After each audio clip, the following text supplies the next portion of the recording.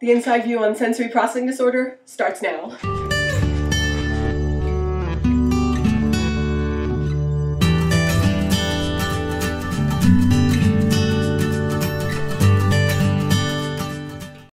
Hi, I'm Rachel Schneider of Coming to My Senses, and welcome to the inside view on sensory processing disorder.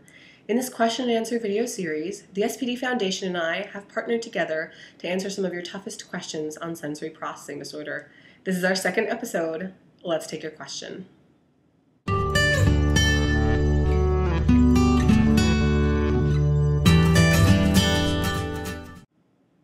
Adolescence is a very difficult time. Whether you're neurotypical and don't have any neurological conditions, or have something like sensory processing disorder, who among us doesn't struggle when we get to adolescence? So this time is especially difficult for adolescents with SPD. So for kids who are treated in childhood, parents often say that they see a resurgence of SPD and sensory symptoms in adolescence. And the question always is, well, why? What's going on during adolescence, other than the fact that, it's challenging? It's challenging for a reason. So during adolescence, we have a change in hormones, and that change in hormones, again, affects every single one of us.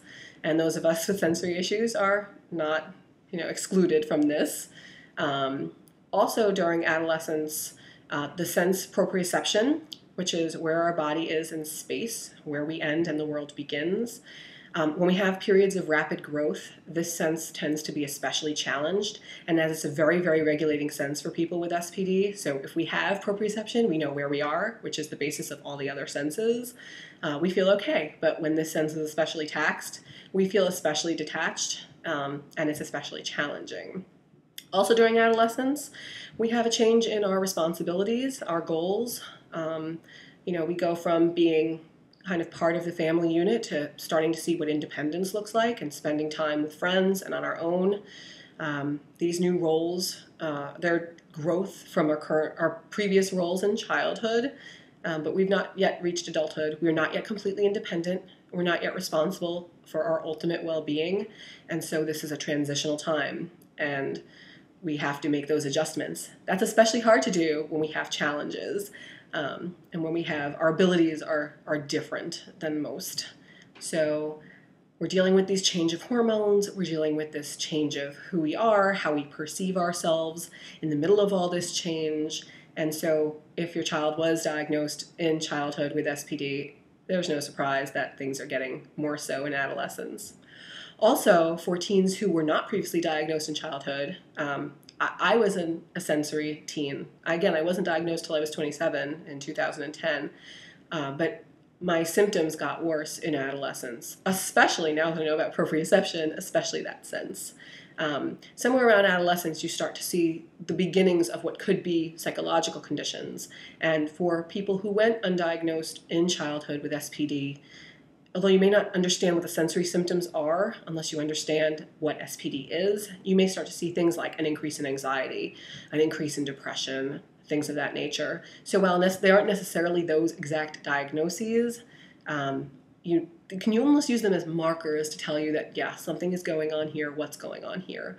I know some adolescents who know that they have SPD, who struggle kind of how they approach their families about their SPD, what they say, how they do the things they need to do to stay calm and regulated, and it's very challenging. Once again, talking to the adolescents out there, this is not your complete time of independence, this is the beginning, and so you still have to contend with having family around saying, yeah, what are you doing? Are you rocking? Are you fidgeting? What's happening here? And the best advice that I can give to you as a person with SPD and as somebody who was once an SPD teen is just do what you have to do. If you have to do it in private, you have to do it in private. If you can bring it into public sphere and start to explain what you're feeling, start to explain. I know it's hard to put the words together and to put the feelings together and to kind of know that you could shake off the judgment because, again, we're all very sensitive during adolescence and we don't want to be judged and we don't want to be different sometimes. But you are different and it's okay to be different. So my personal advice to you is do what you have to do. Explain what you can explain, and know that in time, as you grow older, your confidence will increase, your comfort level will increase, and at some point you'll feel better, I hope, about being a person with SPD. That's the view from the inside. I'm Rachel Schneider, and I'll see you next time.